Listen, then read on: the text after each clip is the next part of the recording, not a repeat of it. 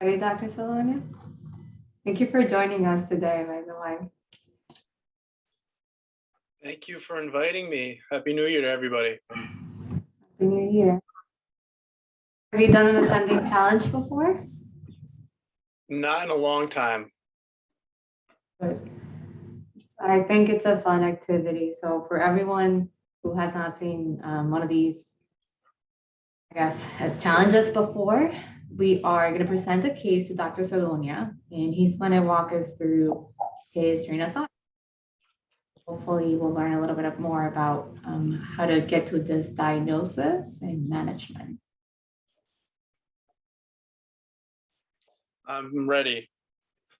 Yes, Sorry, ma'am. finishing up a few things. All right, let's get started. By sharing the screen.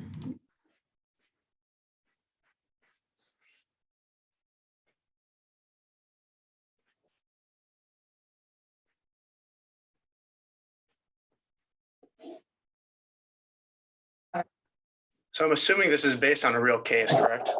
This is right. Yeah, this is based on a real case, including the images and some of the part of the presentation that you'll see. Obviously, because this is Pessi and it's available online, I'm going to be swapping back and forth for some of the information with the PowerPoint presentation. So bear with me. All right. Produce the case. So no pressure, Dr. Salonia. This is pretty nice. Whoever created this, I have to get them to do my presentations. Much work, not worth it. All right, so you get a call from the ED and you go on the chart for the MRN that was shared with you. And this is what you read. There's a 42-year-old male. He's undomiciled. He's unvaccinated for COVID. We don't really know his past medical history, but it sounds like he presented with a 3-day history of shortness of breath, cough. And apparently he's also reporting, per the chart, some exertional chest pain. He was found on the street by EMS, and he was initially hypoxic per EMS to the 50s. So this is why they transferred him to the ED. Obviously, you want more information, and we're just going to assume that you're the first provider to see this patient. So you give a call to the ED. The resident who picks up the call says that, in fact, they presented to the emergency department because of sudden onset of shortness of breath, and that started today. He does say that he had noticed perhaps the shortness of breath for the last few days, but suddenly it just got worse today in the afternoon. He also says that his dyspnea worsens with exertion, but that it's actually progressed to the point where he's dyspneic with minimal efforts. Additionally, they say that he has had a cough that's reductive and some tightness in the chest that radiates to his back when he takes a deep breath. They asked him more about other symptoms, and he says that he's had some pain in the right leg for the past few days. Otherwise, no other symptoms like fevers or chills, but he's a little cold in the ED. He's on domicile, like we said, and he has not received any of the vaccinations for COVID. A bystander was the one to call EMS when they noticed that he was extremely distressed. Now,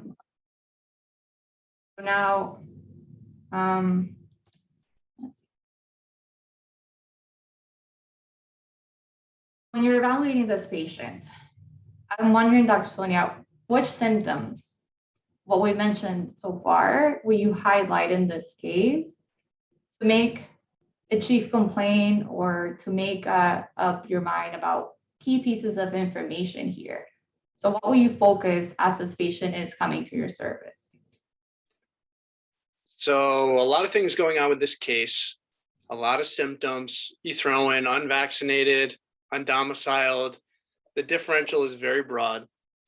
Whenever you have a patient like this, the first thing I would say is he was hypoxic to the 50s. What is his oxygen saturation now? Again, ABCs, airway, breathing, circulation. No point to talk to a patient for an hour if they're going to die in the next 10 minutes. So the first thing I would do is see what the oxygen saturation is now before getting any additional information. I'm assuming it's better now in the ED because he didn't give me any more info. But when I'm looking at this, the hypoxemia, you want to break down hypoxemia in a very systematic way.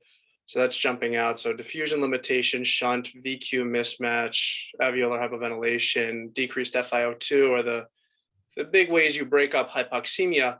But you're throwing in cough, shortness of breath, hemoptysis. I'm thinking bacterial pneumonia, you're thinking TB. You definitely have to rule out COVID in this patient a few times, just given what's going on in the community right now. Other things with the chest pain, ACS has to be a consideration. You threw in radiation to the back, so aortic dissection or an RV infarct is another thing that I would be considering. You didn't throw it in here, but you mentioned leg pain. So, leg pain, shortness of breath, cough, hemoptysis, definitely PE is in the differential. Exertional chest pain, though, really jumps out for me for ACS, heart failure, right? Cough, shortness of breath, exertional chest pain, and then hemoptysis, you typically don't see with heart failure, but you can see, that pulmonary edema, which can have some heart failure cells in it, so it can have that reddish appearance. So those are the big things that jump out to me, but I would be concerned with ACS with a primary pulmonary pathology, given the profound hypoxemia. And whenever I see hypoxemia, that's exactly the way I break it up. Those 5 things: shunt, VQ mismatch, diffusion limitation, alveolar hypoventilation, and then decreased FiO2. And since this guy isn't on Mount Everest, your decreased FiO2 doesn't really factor in here. And just before we move on, Anga can help me with any questions that pop up in the chart. If anyone wants to participate, please feel free to do so. So it does sound like it did trigger a lot of differentials, just the hypoxia itself, which is by report. We still haven't seen the patient. Thank you for sharing, your illness script for this patient. I think that's fantastic. And we may move on to more information that will help us share your diagnostic schema. I'm very simple. So whenever I see these patients, I was thinking of breaking it down into, more points that I need to focus on, which I think you mentioned. So maybe if you'd like to move on, it can give you more information about the patient. This is a bit of the review of systems. Just in case there are any things that the emergency department may have missed, we just listed it here. Like you said before, definitely the dyspnea with exertion, the cough, the hemoptysis, that did help us a little bit in your differential. When we asked him about the lower extremities, he did mention that there's also a bit of edema. Otherwise, he said there's no lightheadedness, no palpitations. He hasn't had any loss of consciousness or apnea. No other systemic constitutional symptoms that he could think of. Is this unilateral or bilateral peripheral edema? It sounds like it's unilateral from what he's reporting, although he seems a bit confused when we were asking him about it. Okay.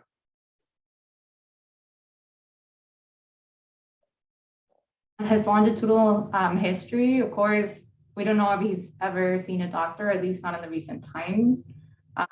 No surgical interventions that we know of, at least for the system. He doesn't know of any allergies. He's not on any medications, doesn't seem to be taking anything over the counter either. Occasionally he'll say he takes some alcohol and does smoke marijuana, but no other recreational drugs for him. We don't know about his family at all, and there's nothing he can recall that could be pertinent.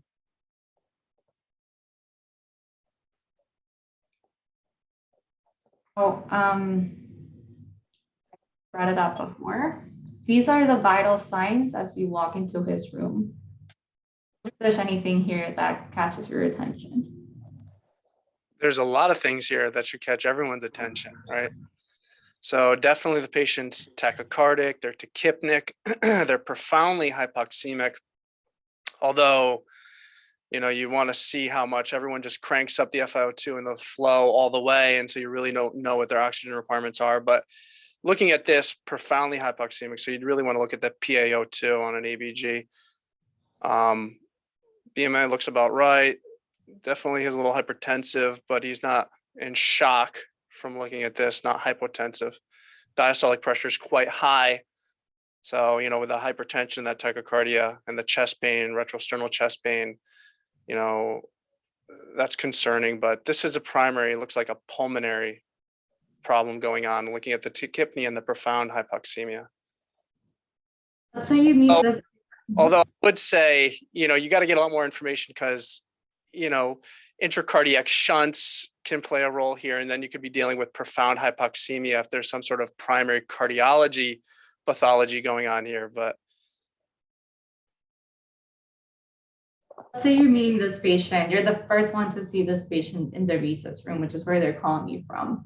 Your first 15, let's say 10 to 15 minutes, when you see these vitals, what will you be focusing on? I think you mentioned before the hypoxia or the oxygen saturation being one of the main things. Is there anything that you would do immediately?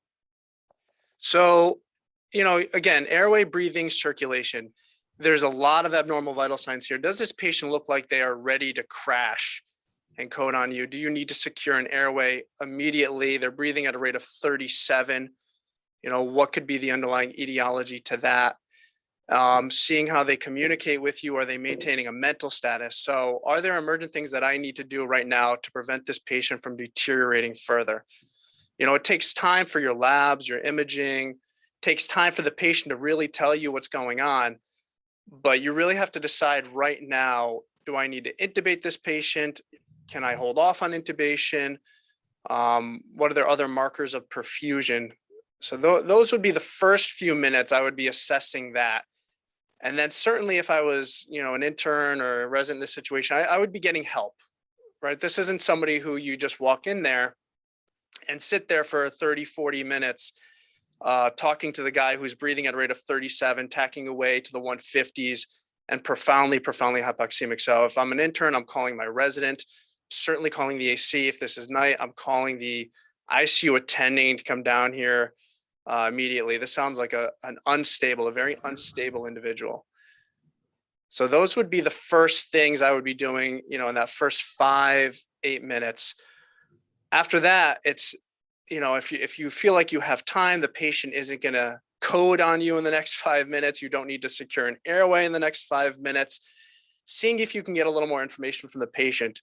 However, somebody who's breathing at a rate of 37 probably isn't going to tell you everything that's going on, not because they're trying to withhold, but they probably just don't have the capacity to do that. And they're just so tired from breathing. So getting your appropriate labs, your EKG, certainly initially a chest x-ray. And then those of you who are competent in ultrasound, this is great breaking out the ultrasound right here. This is where, if you've ever done the ultrasound rotation with me, certainly if you went through our sim that we created in the last session, looking for A lines, B lines, and then putting a probe on the heart and then those legs, you can get this done if you're really skilled in, 5-8 minutes, you can do a full ultrasound. So I think that is what I would be doing immediately, is grabbing my ultrasound. Let's say you're an intern at this point, Dr. Salonia, and you have those 5 minutes where your patient does not look well. They're tachypneic, like you mentioned. If you had to do a focused exam so you can immediately call your resident, give him some more information, what would that look like for you? So I think all of you should be somewhat skilled in lung. So I would definitely throw it on. I would do a quick lung ultrasound.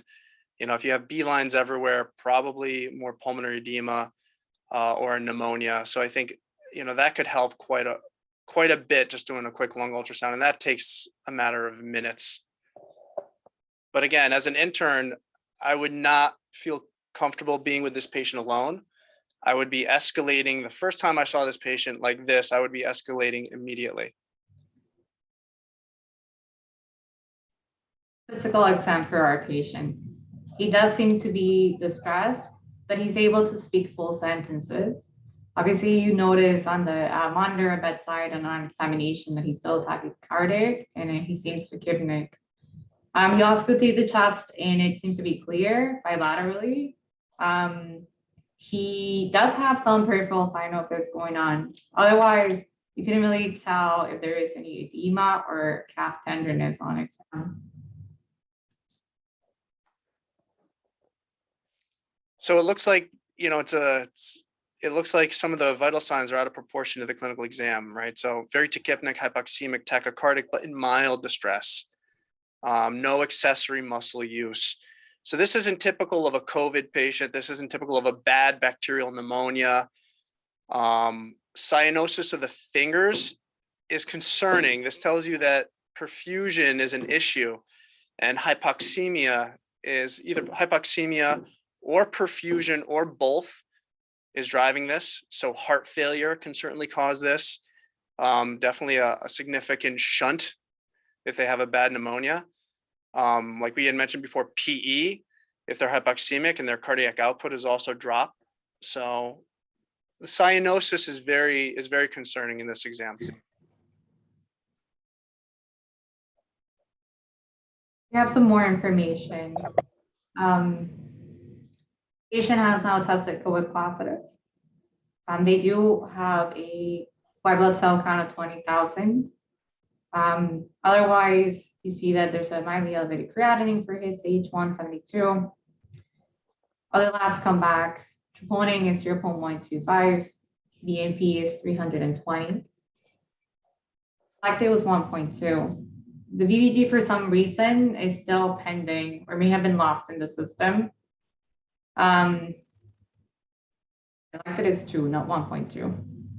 And we can go over some of the images. This is where I'm going to try to switch my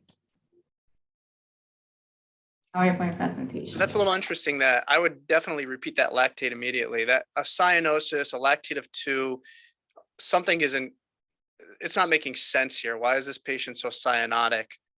That's a marker of hypoperfusion on your clinical exam.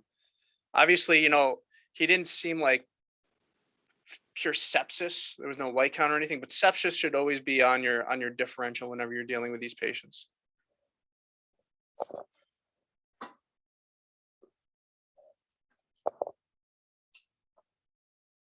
This is his EKG. Oh, you're giving me a classic, aren't you? So obviously tachycardic. You can see a terminal R wave in V1. Right, that just already jumped out to me. I can't see if, I can't really see the boxes enough to do a measurement, but maybe a partial RBB. And then you got like a S1 Q3 T3 right there. What does that mean, Dr. Salonia? What are you looking for, or what does that represent?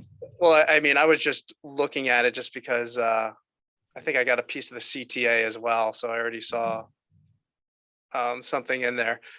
But, you know, whenever this guy's tachycardic, a lot of people are tachycardic, but then you're looking for evidence of strain wherever it may be in the right or the left heart. You do have some T-wave inversions in lead 3. You have that S1Q3 T3, which is a classic hallmark for a PE, although it's not as commonly associated with PE as we used to think it was. But you see that S wave in lead 1, a Q wave in lead 3, and an inverted T wave in lead 3 is your classic S1Q3 T3. And then if you look at V1, you see a terminal R wave, meaning you have a QR. And so whenever you have a terminal R wave, that should be thinking that there's some degree of, you know, partial or right bundle branch block. You got to look at the measurements though to actually see if it's a complete RBB. Again, another thing associated with RV strain, stress, or an RV infarct. So those are things that just jumped up to Would me. you say that's the most common pattern in PE? Actually, the most common pattern is actually just normal sinus rhythm. The most common abnormal pattern is sinus tachycardia. So just to get that right, everyone always thinks the most common is sinus tach. It's actually not. Most common is normal sinus rhythm. Most common abnormality is sinus tachycardia. And then when you're looking for, if you're saying PE in particular, then yeah, you're looking for an incomplete or a complete right bundle branch block. So a terminal R wave in V1. You're looking for that S1Q3 T3, which is another indication of right heart strain. And of course, you can also look, you know, the other thing you want to consider whenever you're seeing right heart strain is an RV infarct. So this is where you might even consider, if you're really concerned about an RV infarct, doing right-sided EKG leads as well, just given that elevation in V1. Well, that's why we may have decided that this could be a PE. You get a text speech because you are the AC attending. And they say, there's a 42-year-old male who's COVID positive. He's presenting with acute hypoxic respiratory failure. We did a CT, and there's evidence of bilateral PE and maybe evidence of a right heart strain. We see also some ground glass opacities. Still are waiting for the official report from radiologists. We're not entirely sure what we're seeing is really what we're saying in your text. Please evaluate for port activation. And this is the page that you're getting. Now, I think sometimes it's difficult to differentiate signal and noise. We were going over this when we mentioned the hemoptysis, the COVID positive, and we'll go over the CT. What will you, just with the evidence, everything that we have so far, what do you think you would focus on in your differential if you're now thinking of your diagnostic schema for hypoxia in this case? So who sent that message? This is coming from someone in the ED who decided to consult the AC attending immediately. Okay, so now your question is, what's important and what isn't important? What will we focus on at this point? So you still have to take everything into consideration. So I would say, everyone goes by the Occam's razor. The most likely etiology is probably the one that's causing it. But, patients can have many conditions and there can be many problems all contributing to the underlying hypoxemia. So I don't know what the CT scan shows, but I don't know if we can reliably say that this isn't all COVID pneumonia or superimposed bacterial pneumonia. I don't know what the CT shows in terms of if there is a possible PE, what is the clot burden there? But there's a lot of things, again, I would still break it up into that hypoxemia. So whenever I'm dealing with somebody with hypoxemia, those are the 5 ways that you look at it. Is there a significant shunt, meaning ARDS or pneumonia? Is there VQ mismatch, dead space ventilation? Is there alveolar hypoventilation, which clearly is not the case here to that extent because the patient's breathing at 37. Is there a diffusion limitation, usually with somebody with bad COPD, emphysema, ILDs? CT scan will help with that as well. And then decreased FiO2. And of course, this patient's at atmospheric pressure, so that's not the indication here. So the CT will be very, very helpful here in differentiating, is this a parenchymal problem in the lungs? Is this a vascular problem? It also gives you some look at the heart as well. So you can see, is there a large RV? Is there a large LV? Could the heart still be a primary driver here in terms of causing some degree of hypoxemia? Like we said, heart failure is a consideration. If somebody has intracardiac shunts, that can lead to profound hypoxemia. So I think the CT that you got would be very, very helpful here. The good thing is that our patient did get a CT done, but you're in the elevator on your way there. So I guess you have to make a decision. If you estimate the pre-test probability of pulmonary embolism, and if possible, and we can talk a little bit more about, these assessment tools. So if we're thinking, I guess we're assuming it's PE if we're going to already talk about, the pre-test probability. So, the things you want to do is you want to look at like the Geneva score, Wells criteria. Everyone seems to be intermediate. It's so difficult to say no to any one of those scores. Could this be explained by something else? Maybe. Everyone's always going to say maybe. So everyone seems to fall in that intermediate. So whenever you have like a lower intermediate, you can check a D-dimer. And one of the things they recommend is not just a D-dimer, but an age-adjusted D-dimer, which has actually been shown to have better negative predictive value in ruling out PE. And that's where your D-dimer, if you're going towards that DVT PE route, that's where your D-dimer is really useful in ruling it out, negative predictive value. But it's not going to be elevated. It's elevated for many other reasons as well. So you could do an age-adjusted D-dimer, which is just the age above 50. So a normal cutoff is 0.5, we say, for the D-dimer. So if somebody's 60 would be 0.6. If somebody's 70, it'd be 0.7. So you could use your Wells and Geneva to give a risk assessment there, or I should say, for a probability, and then you can use your D-dimer. But in somebody like this, they already have a higher risk there. they're hypoxemic, they got lower extremity edema, they got hemoptysis, they have COVID, which we know is a risk factor. And I don't think you could reliably say it's due to something else. So this isn't somebody I would even do a D-dimer on. This guy is a high risk. And if the D-dimer was negative, I don't think any one of you would say, oh, I don't need to get a CTA on this patient to rule out PE because, excuse me, the patient's high risk. So a D-dimer isn't useful in that situation. That's going to be my next question. Now, but what about the tools that we were just talking about, the assessment and prognostic tools? What's the difference between let's say a Wells and a Geneva score or a Peripheral versus like a Pessi or a simplified Pessi?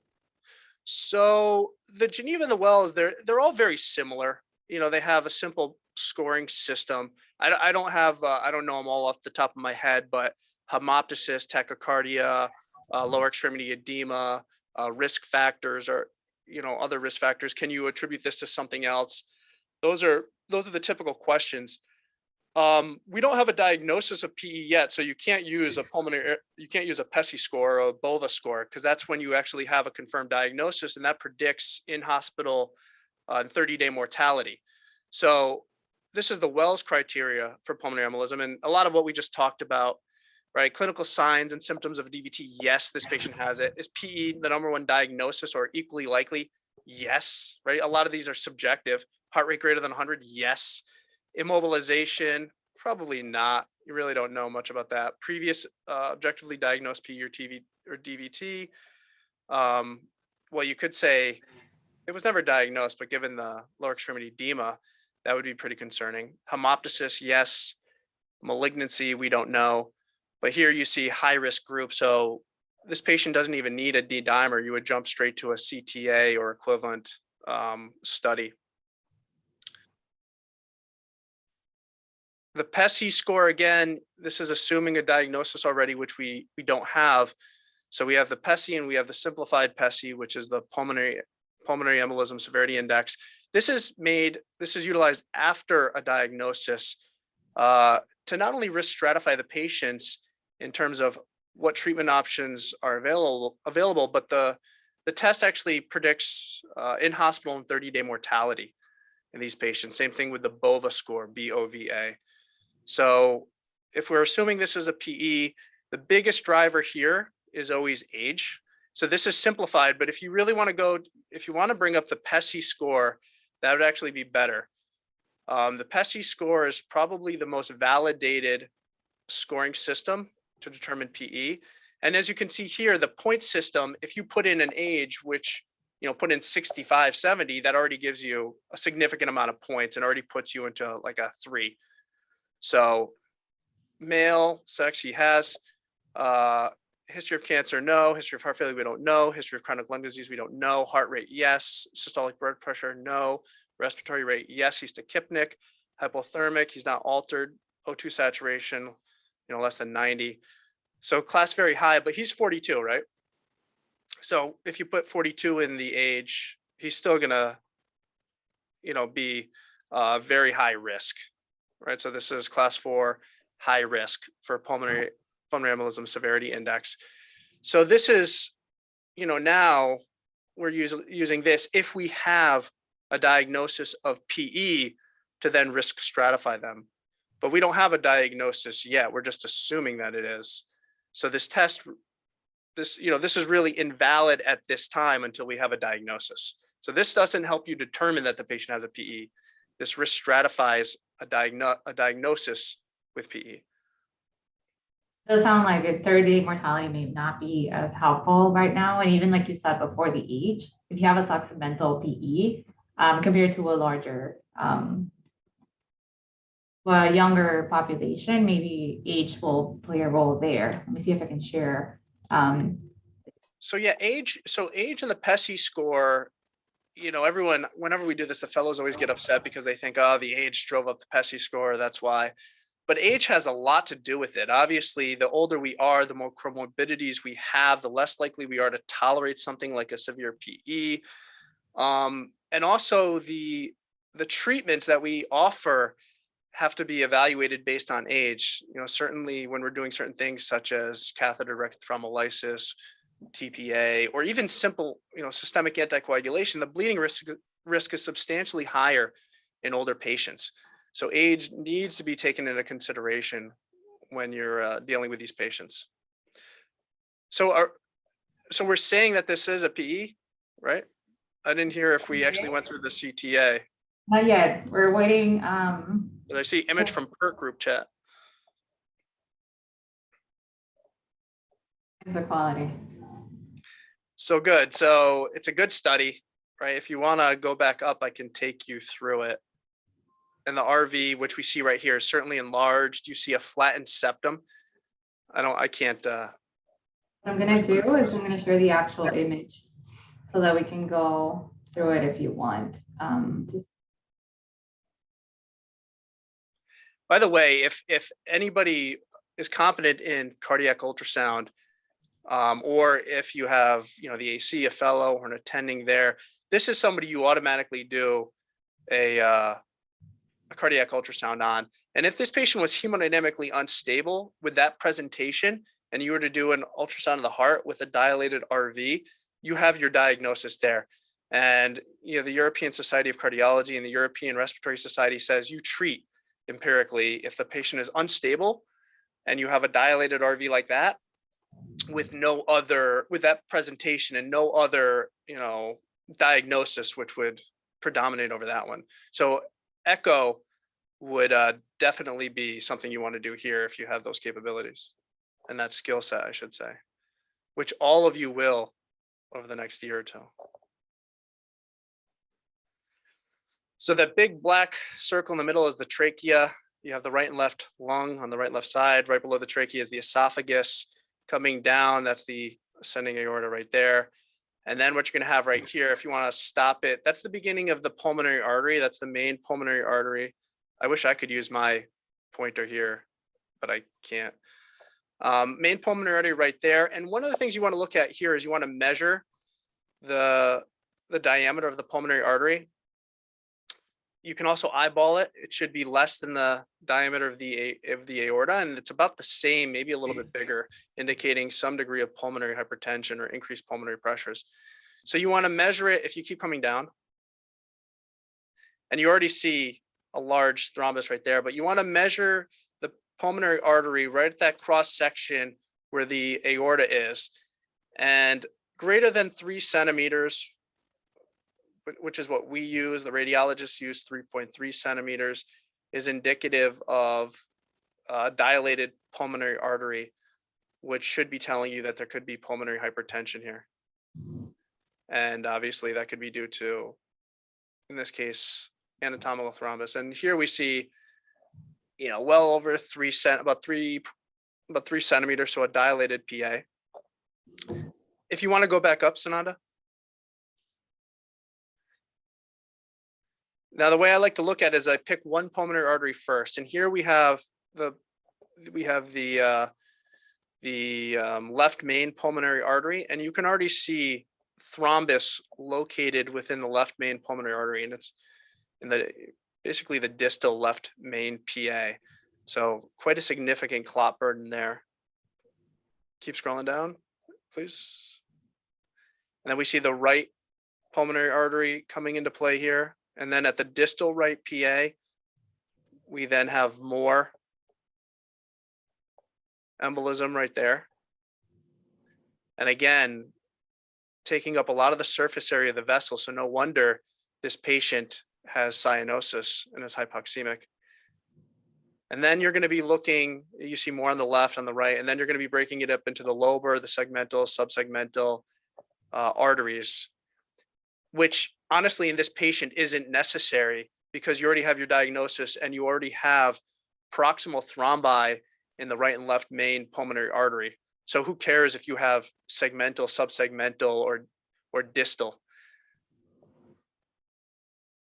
So now one of the things you want to look at, and you can certainly see in the left and right lower pulmonary artery, we see some thrombus in those vessels.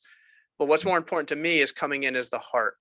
So this is where we're going to start looking for any evidence of right ventricular strain. And you see the right ventricle at 12 o'clock, and right below that is the left ventricle. And obviously the right ventricle should be much smaller than left ventricle. And you can see that its size, it's probably a 1-to-1 ratio, maybe even bigger than the LV. And that septum, which should normally be bulging into the RV because it's a lower pressure, is flattened and almost bulging into the LV as well. So a highly, highly concerning CT scan. Significant clot burden in the right left main PA extending into the lobar and the segmental pulmonary arteries, and evidence of right heart strain and dilated PA. So a lot of the findings that would be concerning for a high risk PE, intermediate high risk. And then I was going to say, if we go to the lung windows, and he also has a pericardial effusion too, or just a prominent epicardial fat pad, but that looks like a pericardial effusion to me. And what we see here is a lot of peripheral opacities and some ground glass opacities in the periphery. That's more of a consolidated one with an air bronchogram. This would be concerning to me for some wedge infarcts.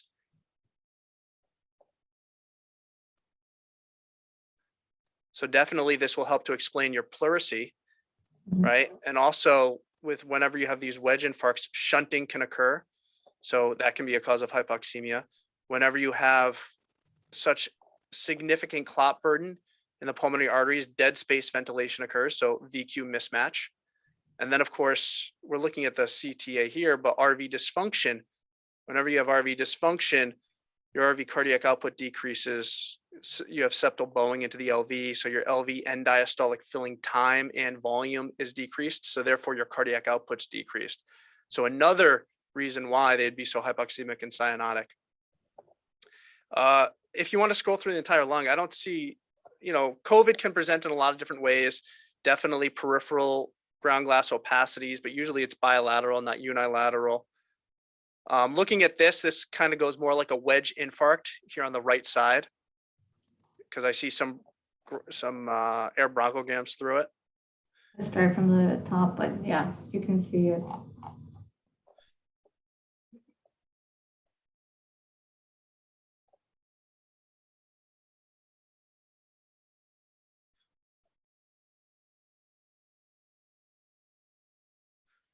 Up here, see, that's more of a dense consolidation right there, peripheral dense consolidation.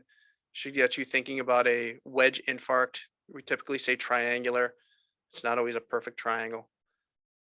But there is some evidence of COVID pneumonia here as well. So this isn't just one or the other. There's some ground glass more in the central regions. That's not a wedge infarct, but those peripheral opacities abutting the pleura, especially when they're more of a dense consolidation, that tells you probably a wedge infarct or some peripheral atelectasis because the patient isn't taking deep breaths and maybe they developed not only atelectasis, but some pneumonia there as well. That's a very common feature that we see in patients with PE. They get atelectasis because they're not taking deep breaths and they end up getting a pneumonia, but it looks so early on like a wedge infarct to me. Anybody have questions about the CT? It's a lot to process at first. So even when I look at it, I don't look at everything all at once.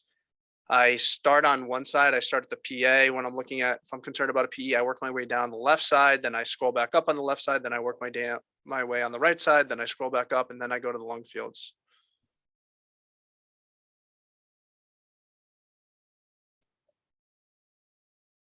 We have a few lateral images if you'd like to take a look at them as well. Yes, so this is a video of a video. This is the video. Good, so anybody, you already have it up here, peristernal long axis. So we can see the left, I don't know if you want to point things out, left atrium, left ventricle, mitral valve right there, LVOT going out to the ascending aorta, which ascending aorta is big here. Normally the ascending aorta should be 2.9 centimeters. This is bigger than that. So definitely there's some aortic dilatation. And then that RV, the RV outflow tract, it's huge, right? It should be, if you want to have a quick rule, the RV, the ascending aorta, and the LA should all occupy about a third of your screen, and they should all be about the same size. So definitely we see the RVOT being a lot bigger. And then we also see some LV hypertrophy there, and also you could see the anterior leaflet of the mitral valve kind of smacking the LV, telling you that there's some hyperdynamic LV function going on here, which makes sense in a patient who has such a bad PE, right? The patient is trying to compensate with increased heart rate and contractility. So inotropic and chronotropic compensation for somebody who has reduced RV cardiac output. So that's a very common feature. That's why they're tachycardic. And then if we go to the peristernal short axis, again, an interesting one. This is at the level, you're going between papillary muscle and a little mitral valve. Yeah, so good LV function, hyperdynamic. Again, look at that RV. The RV should be less than the size of the LV. It should have a nice crescent shape. And then if we look at the septum between the LV and the RV, normally that septum is bowing into the RV because it's lower pressure system. Here we have something called septal flattening, a D sign. And what you really want to do is slow it down as well and see if the flattening is occurring in systole or diastole, because there's difference between the two. If it's occurring during systole, that's telling you there's a pressure overload problem. If it's occurring during diastole, it's more of a volume overload problem. So it's tough to say here. You can have both. And then something that's also concerning that I see here is there might be a clot in transit. I see something right in that RV, which kind of coming in and out of your screen. You want to point out I don't know if you can see it. Yeah, right there. That's concerning to me. That looks like a clot in transit. And why is that concerning, Dr. Salonia? I'm sorry? Why is it concerning? Is it aortic stenosis? So just so you guys are aware, so clot in transits, they have to occur to get a PE, right? So if you have a DVT, it has to migrate upwards through the IVC into the, the RA, the RV, into the right ventricle, into the pulmonary artery. So this is a natural migration of a PE. But when you see one, it has been shown in studies to be associated with an increase in mortality. And definitely when you see something like that, you need to expedite evaluation. And a lot of the time we are pushing these patients for surgical embolectomy, because with that amount of clot burden that you see on the CTA, with that thrombus, this patient is ready to code right in front of you. I don't think they have the reserve to handle another embolic event. But a clot in transit, notoriously associated with increase in mortality. But like I said, to get from the femoral vein, you have to work your way up through the IVC. You have to get into the RA, into the RV, and then into the pulmonary artery. So you have to have some clot in transit in PEs. But when you see it, it's a dangerous, dangerous sign and associated with increased mortality. And you definitely have one here. So apical four chamber, point out, we'll say the LA, the LV is on the right side of your screen. The LAV, RA, RV is on the left side of your screen. And here we can see a few things. You see that hyperechoic density, that mass kind of moving in and out of the right atrium, going into the right ventricle. Very concerning for a clot in transit, given the clinical situation. Other things obviously being, if you didn't have this patient, endocarditis, atrial myxoma, other things you'd have to consider. But given this clinical presentation, clot in transit until proven otherwise. And then looking at the RV should have a nice triangular shape. It should be less than 2/3 the size of the LV. And clearly it's bulging out. It's larger than the LV. It does not have a nice small triangular shape. Are you able to speed it up again? And then there's another good thing that you see here. And then if you look at the apex, it's tough to see, but you can see the hypercontractility of the RV apex in association with the dilated RV free wall, which is something we call McConnell sign. So McConnell sign is not 100% specific for PE. So don't let anyone tell you see McConnell sign, that's PE. It's associated with acute RV pressure overload. Now, we associate with PE because the most common cause of acute RV pressure overload that we see is PE. But RV infarct can cause this. You can see patients with ARDS can have acute cor pulmonale, acute chest syndrome can have acute cor pulmonale. So it's just a marker of RV pressure overload, acute pressure overload. And basically, if you go back to McConnell sign, a lot of people don't understand why this occurs, it's very simple. The RV can't handle afterload like the LV can. So the moment you clot up the pulmonary arteries and you increase the pressure on the RV, it expands, it blows out. The RV can't then contract because the RV free wall can't handle afterload. And to compensate, your LV starts pumping ridiculously hard. So contractility increases, and that RV apex, that thin RV apex, is tethered to a muscular LV. And so it's pulling the RV apex down just because of the increased contractility of the LV. So that's all McConnell sign is. Very easy to explain when we just understand that physiology behind it. But whenever you see that, don't just jump to PE, although it has to be on your differential. However, when you see a clot in transit, that's a slam dunk finding right there. So that's why I was saying putting the probe, on the heart and taking a look. If you saw that, you wouldn't even need to wait for a CTA. This is PERT. This is CT surgery. This is emergently take the patient to the OR and extract that thrombus with a surgical embolectomy. And some might even say, if he becomes hemodynamically unstable, ECMO. Start ECMO on a patient like this, because you intubate somebody, they are going to crash and they'll die given that severe RV dysfunction. So you need to offload the RV with VV ECMO, which is something we're doing a little bit more now. So I was wondering what are the next steps here? Do we get a formal echo? Do we activate the PERT or pulmonary embolism response team? Who makes that decision in our hospital? And how would you classify PE in this case? Good. So first off, I would say if you had that echo, you don't need to get a CTA. But you got the CTA, you have the echo. These are all warning signs that this patient has a PE. You have all the evidence you need, and this is 100% a PERT activation. So whenever we're breaking up PE into severity, you basically want to, everyone's doing this now, they follow the European Society of Cardiology and the European Respiratory Society guidelines. I know AHA, ACCP has guidelines as well, but it's really the ERS and ESC that we utilize. Everyone does it in terms of risk stratification. And get rid of the massive, submassive, that terminology is no longer used. It's high risk, intermediate risk, and then low risk. So high risk is being the patient with a cardiac arrest, somebody with obstructive shock. More and more people are saying, persistent hypotension, but also syncope or an elevated lactate or cyanosis like this might push you into the high risk, because we know the mortality is so high. And in this situation, 100% you're activating PERT because you need to do something immediately. And while you're waiting, you always start these patients on anticoagulation. So in this case, because you anticipate that you're either going to be doing an advanced procedure such as surgical embolectomy or suction embolectomy or even TPA, you start them on unfractionated heparin when you have a high risk PE.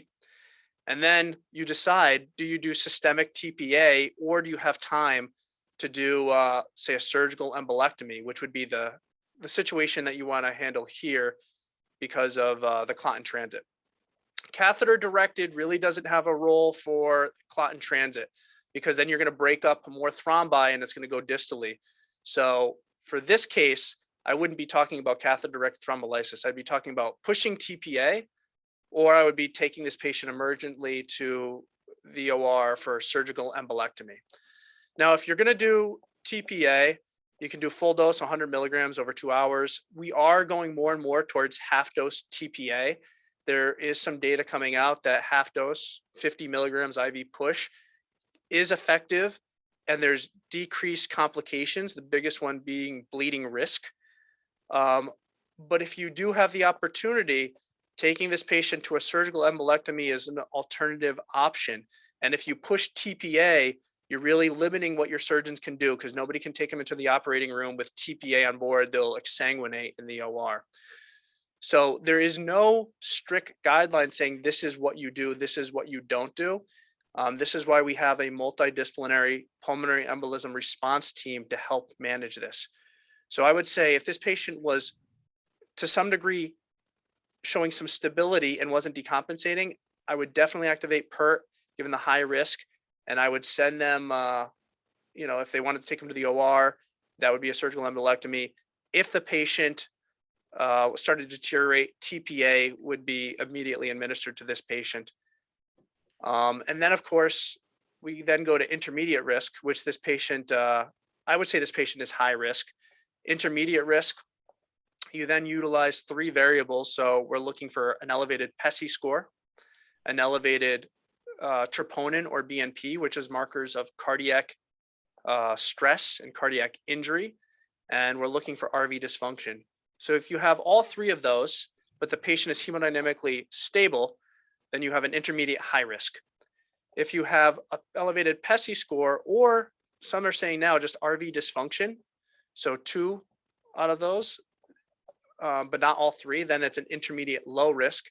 And if you have no hemodynamic instability, no elevated troponin, no elevated BNP, a normal RV, that's a low risk, and that would be managed with anticoagulation.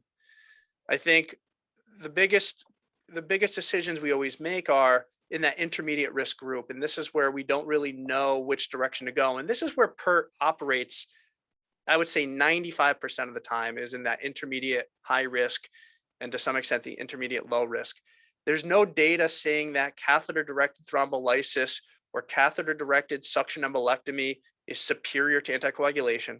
There's no data saying that surgical embolectomy in this case is superior to CDT or suction embolectomy or anticoagulation.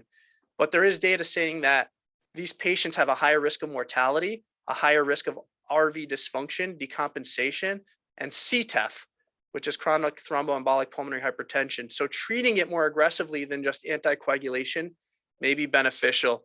And that was the Moffitt trial, and I can't remember the other one off the top of my head, but there were a few trials showing that maybe earlier aggressive treatment may be beneficial for the patients in terms of reducing RV dysfunction.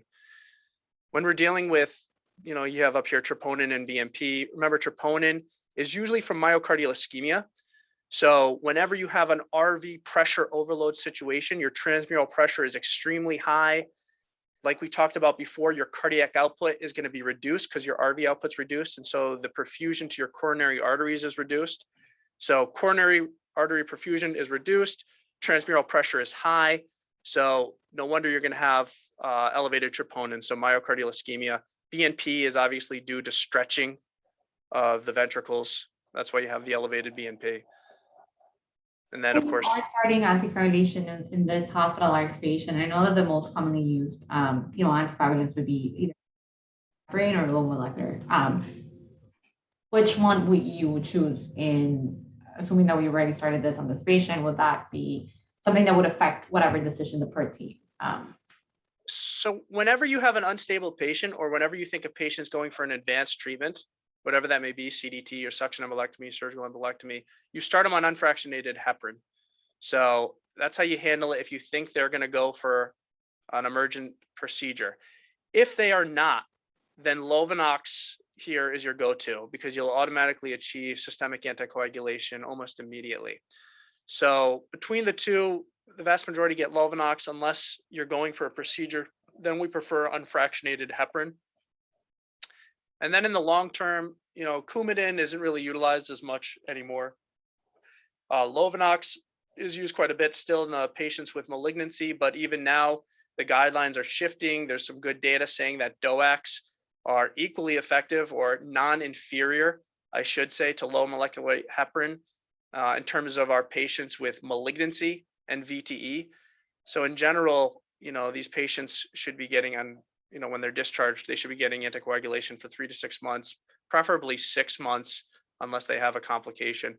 And a DOAC is an ideal, a direct oil anticoagulant. We don't really call it NOAC anymore because they're not so novel and new anymore, but DOACs are 90-95% of the time what we're discharging people on. A few times, when somebody has, say, lupus, anticoagulant, and some of these autoimmune disorders, we do prefer Coumadin, but a lot, or if it's patient preference. But for the vast majority, DOACs are utilized in our patients for VTE. Now that you mentioned that, will you do a homophilia workup in this patient? It does sound like it could be unprovoked and no he's COVID positive. What will your next steps be for workup? Do we need a lower extremity study? Do we need again antibodies like you mentioned? What would we do next?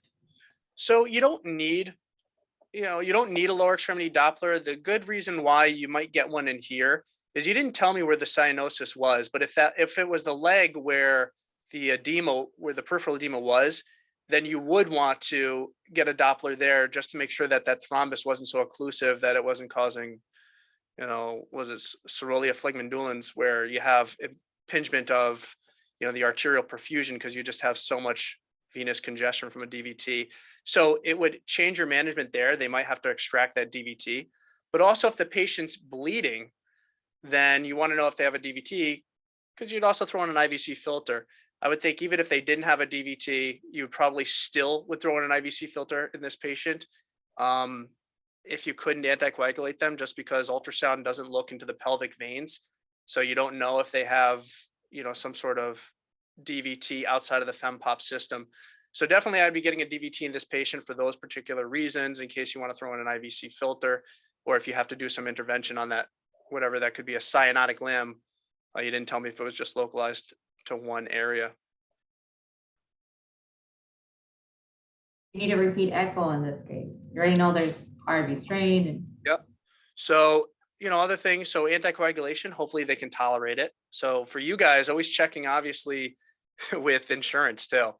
So there's been many times where people get prescriptions for Xarelto and then their insurance doesn't cover it. And a lot of these people, especially undomiciled 42-year-old guy who occasionally drinks alcohol, if he isn't able to get this, filled, he's not going to go back to you and ask for a different prescription. So really checking to make sure he can get that anticoagulation for minimum 3, ideally 6.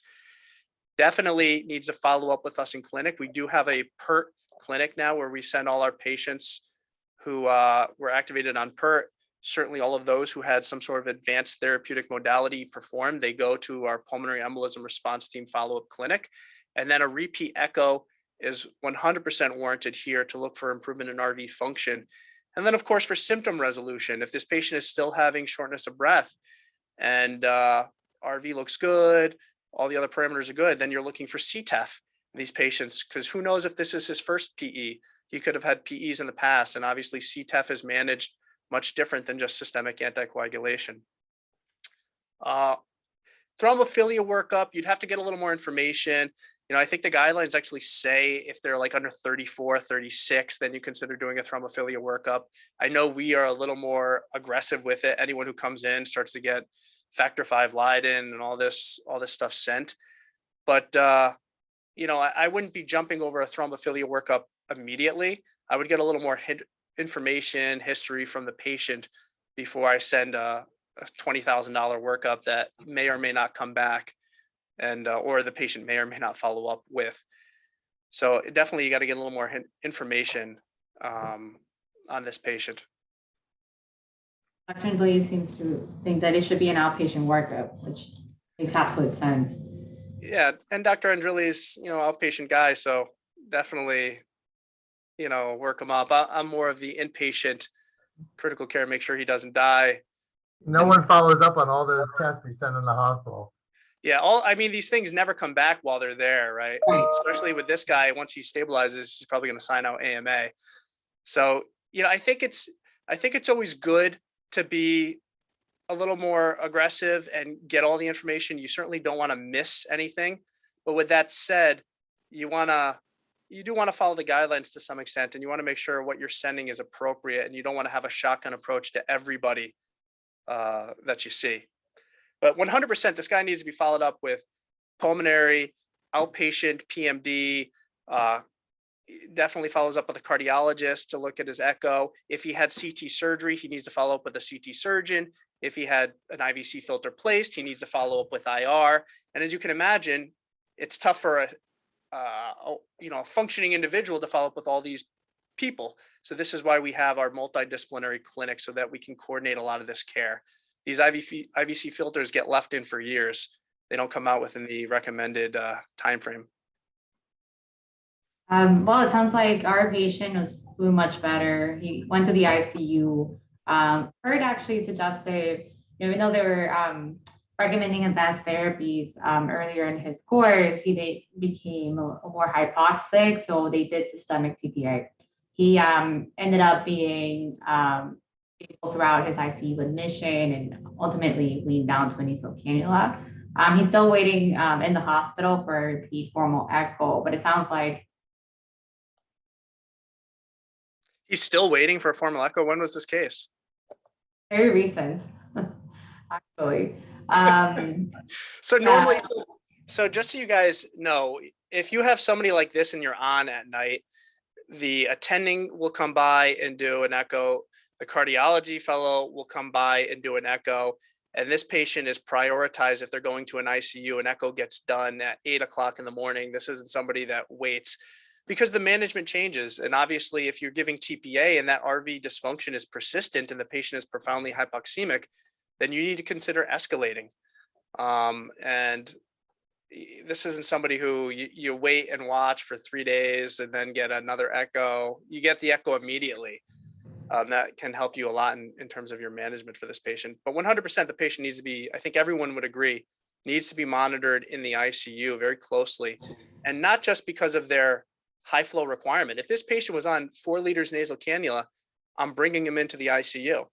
If I don't even see a clot in transit, if I just see RV dysfunction with that clot burden, I'm bringing this patient into the ICU. More and more RV dysfunction is a prognosticator in terms of mortality and morbidity in these patients. So a strong recommendation from a lot of people is that anyone with RV dysfunction needs to be monitored much more closely, a progressive care unit or an intensive care unit, just because their risk of decompensation is so high. And another thing is, this isn't a guy where you start weaning down the oxygen too quickly either, right? So many of these patients have hypoxic pulmonary vasoconstriction. So you're giving them the oxygen to maintain that pulmonary vasculature because they already have an anatomical obstruction.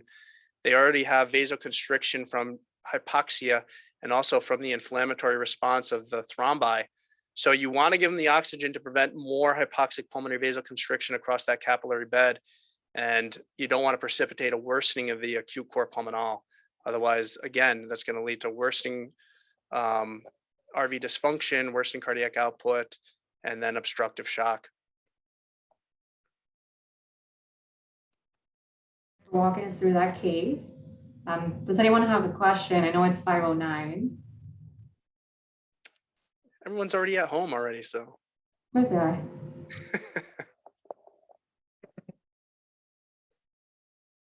Nobody has any questions? You guys are all masters of PEs? I want to keep everyone on the Zoom link. That's why. Just me. Did everyone understand the ultrasound that we went through? Good. Those will save you. Like I said, you understand those concepts when it comes to PE.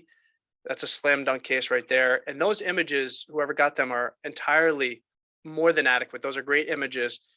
You do not need to wait for an official echo when you see that. Somebody told me on a perk group, let's get an official echo before I do anything. I'd say you're crazy, right? You can see the RV dysfunction. You can see the hypokinesis. You can see the reduction in the TAPSE, the tricuspid annulus plane systolic excursion. Those of you who've done the elective with me know what that is. And you see the clot in transit. So this is making decisions now, not waiting, a day and a half for an official echo. So I agree with the TPA. If this patient wasn't going to get surgery, TPA is indicated for this patient. Usually we go with half dose now. This isn't something where anticoagulation is going to correct it. You need to be a little more aggressive here and then hope the patient doesn't bleed. He's 42, so hope, it doesn't seem like his age is a big risk factor. Usually over 65, 70 is where we're really scared about TPA causing intracranial hemorrhage. With Dr. Andrilli, it was a great discussion, Dr. Salonia. Thank you again for joining us today, and thank you for everyone. Of course. No questions at all. It's amazing. Shy. I'm sure you're going to get a lot of emails. This group isn't shy. I'm looking at Arpin right here. She's not shy. I see Kruti. She's not shy. All right, Today was guys. late, It's just 5 p.m. That's it. All right. Enjoy your evening. Thank you so much for the invitation. I know, Sananda, you're coordinating some lectures that I have coming up in the next month or two. And then, maybe if you guys want, we'll do a little more ultrasound. I'll have some ultrasound presentations for you guys so you can get a little more comfortable with cardiac or whatever you want. Thank you so much, and have a good rest of your evening as well. All right. Take care, everyone.